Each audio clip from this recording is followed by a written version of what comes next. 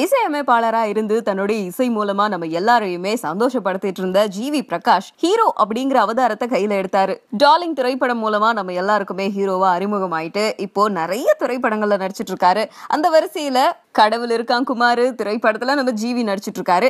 இந்த திரைப்படம் மூலமா ஜிவி டைரக்டர் அப்படிங்கிற அவதாரத்தையும் ஏற்றிருக்காரு. என்னங்க சொல்றீங்க? ஏற்கனவே இசையமைப்பாளரா இருந்தாரு, அதுக்கப்புறம் ஹீரோவானாரு, அப்புறம் ப்ரொடியூசரும் ஆனாரு, இப்போ டைரக்டர் ஆயிட்டாரா அப்படின்னு வாய பொளக்காதீங்க.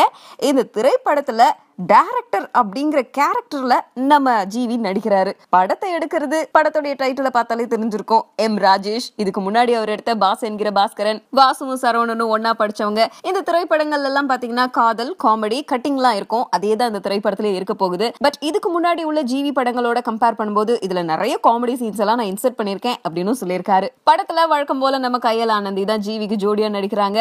இந்த படத்துலயும் அவரோட படத்துல நடிக்க வர ஹீரோயினா நடிக்கிறாங்களாம். இவங்க ரெண்டு பேருக்குள்ளார கசமுசா காதல் எல்லாம் ஏற்படுது. இதுதான் கதை. இதுலதான் நிறைய காமெடி எல்லாம் தூவி இருக்கும்னு சொல்லியிருக்காங்க.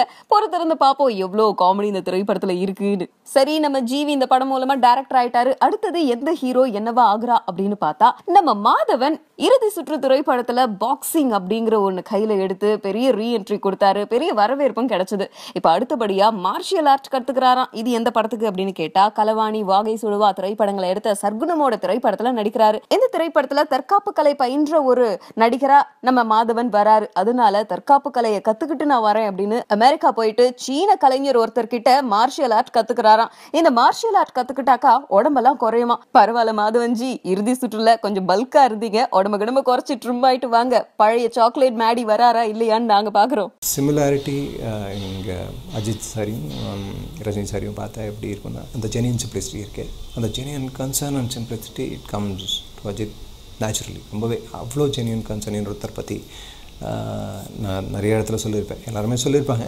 எல்லாருக்குமே அது எக்ஸ்பீரியன்ஸ் வந்திருக்கும்.